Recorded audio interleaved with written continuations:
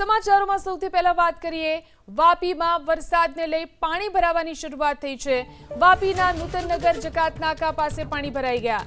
વાપીના ચલા વિસ્તારમાં પણ પાણી ભરાતા લોકોને હાલાકી। વાપીના વિવિધ વિસ્તારોની અંદર પાણી ભરાવાની શરૂઆત થઈ। ભારે વરસાદને કારણે પાણી ભરાઈ રહ્યું છે। વાપીના નૂતનનગર જકાતનાકા પાસે પાણી ભરાઈ ગયું તો વાપીના ચલા વિસ્તારમાં પણ પાણી ભરાવાને કારણે લોકોને હાલાકી।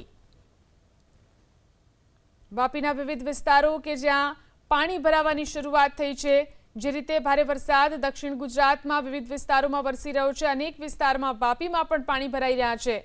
નૂતનનગર જકાતનાકા પાસે પાણી ભરાઈ ગયું છે તો વાપીના ચલા વિસ્તારમાં પણ પાણી ભરાઈ ગયું।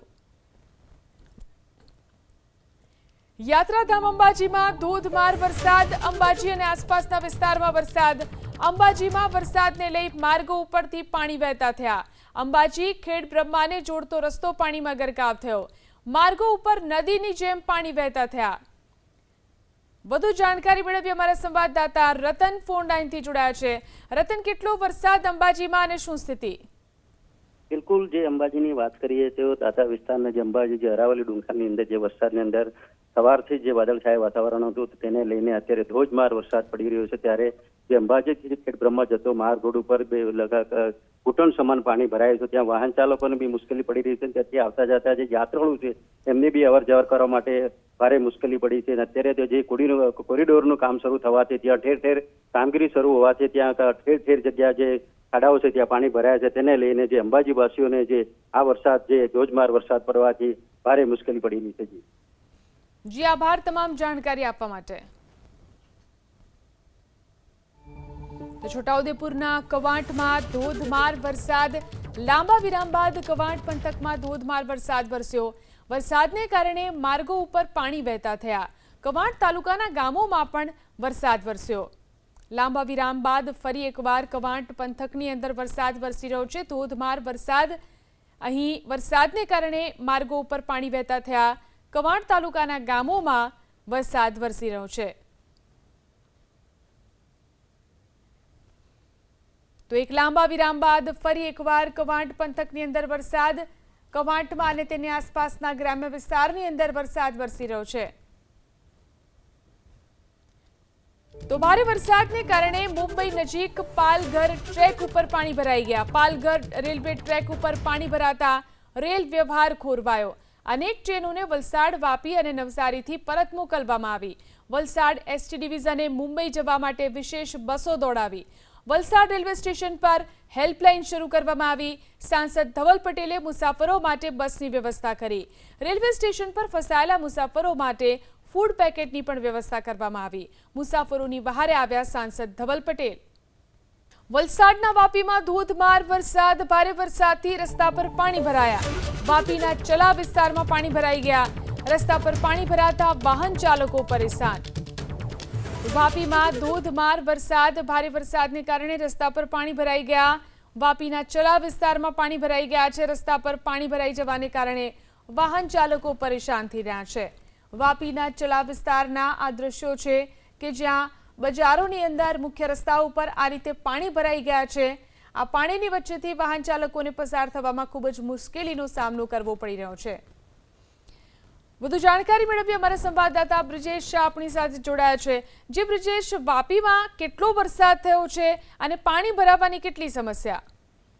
જી, વહેલી સવારથી અગર વાત કરીએ તો વાપીની અંદર વરસાદ અવિરતપણે ચાલુ છે। કોકવાર ધોધમાર પડે છે, ત્યારબાદ જાય છે। મુખ્ય પ્રશ્ન એ છે કે વરસાદ પડ્યા બાદ જે પાણીનો નિકાલ થવો જોઈએ નથી થતો।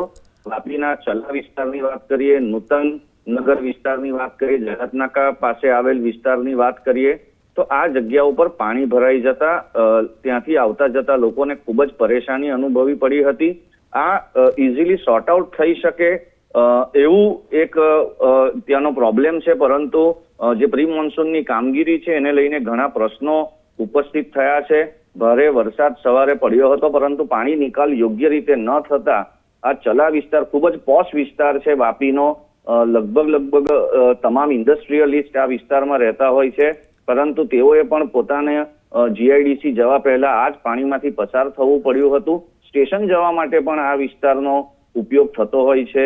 દમણથી આવતા લોકો પણ આ વિસ્તારથી આવતા હોય છે, ત્યારે તમામ લોકો આ પાણી ભરાવાને કારણે હેરાન થયા હતા. ઘરોમાં પણ પાણી ભરાયા છે. જીલંત જે નૂતનનગર વિસ્તાર છે અને ચલાનો અમુક વિસ્તાર છે, ત્યાં નીચાણવાળા વિસ્તારમાં ઘરોમાં પણ પાણી ભરાયા હતા. ઘર વખરીને નુકસાન પણ થયું હતું અને જેને લઈને લોકો હેરાન થયા હતા. રેઝિડન્ટ ટાવરની સોસાયટી હોય કે અન્ય સોસાયટી આજુબાજુની હોય, તેમાં પણ પાર્કિંગમાં પાણી ભરાતા લોકોએ હાલાકી ભોગવવી પડી હતી. જી આભાર તમામ જાણકારી આપવા માટે. તો આ તરફ નવસારી ચીખલી વચ્ચે પણ ધોધમાર વરસાદ. ભારે વરસાદને કારણે અહીં પણ વાહન ચાલકો પરેશાન. ચીખલીના ગ્રામ્ય વિસ્તારમાં ભારે વરસાદ, ગણદેવી સહિતના ગ્રામ્ય વિસ્તારોમાં વરસાદ. નવસારી ચીખલી વચ્ચે ધોધમાર વરસાદ. ભારે વરસાદને કારણે વાહન ચાલકો પરેશાન થયા. ચીખલીના ગ્રામ્ય વિસ્તારમાં ભારે વરસાદ, ગણદેવી સહિતના ગ્રામ્ય વિસ્તારોમાં વરસાદ. યાત્રાધામ અંબાજીમાં ધોધમાર વરસાદ વરસ્યો. અંબાજી અને આસપાસના વિસ્તારોમાં વરસાદ. અંબાજીમાં વરસાદને લઈ માર્ગો ઉપર પાણી વહેતા થયા. અંબાજી ખેડ બ્રહ્માને જોડતો રસ્તો પાણીમાં ગરકાવ થયો. માર્ગો પર નદીની જેમ પાણી વહેતા થયા. અંબાજીના દ્રશ્યો છે કે જ્યાં ભારે વરસાદ વરસ્યો. ધોધમાર વરસાદ યાત્રાધામ અંબાજીમાં, જેના કારણે પાણી ભરાઈ ગયા. અંબાજીમાં વરસાદને કારણે માર્ગો ઉપરથી પાણી વહેતા થયા. અંબાજી ખેડ બ્રહ્માને જોડતો રસ્તો પણ પાણીમાં ગરકાવ થયો. માર્ગો ઉપર નદીની જેમ પાણી વહેતા જોવા મળ્યા.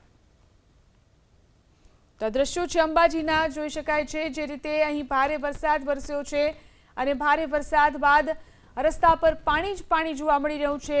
રસ્તાઓ પાણીમાં ગરકાવ થયા. અંબાજી અને આસપાસના વિસ્તારોમાં પણ વરસાદ વરસ્યો. તો બનાસકાંઠા જિલ્લામાં પણ ધોધમાર વરસાદ. અમીરગઢ, ઇકબાલગઢમાં ભારે વરસાદ. ભારે વરસાદને કારણે અમુક વિસ્તારમાં પાણી ભરાયા. બનાસકાંઠાના અમુક વિસ્તારોની અંદર ધોધમાર વરસાદ વરસી રહ્યો છે. અમીરગઢ અને ઇકબાલગઢમાં પણ ભારે વરસાદ. ભારે વરસાદને કારણે અમુક વિસ્તારોમાં અહીં પણ પાણી ભરાયા. તો બનાસકાંઠામાં પણ સારો વરસાદ થઈ રહ્યો છે. જોઈ શકાય છે આ દ્રશ્યો છે અમીરગઢના, કે જ્યાં ધોધમાર વરસાદને કારણે અહીં પણ પાણી ભરાવાની શરૂઆત થઈ છે.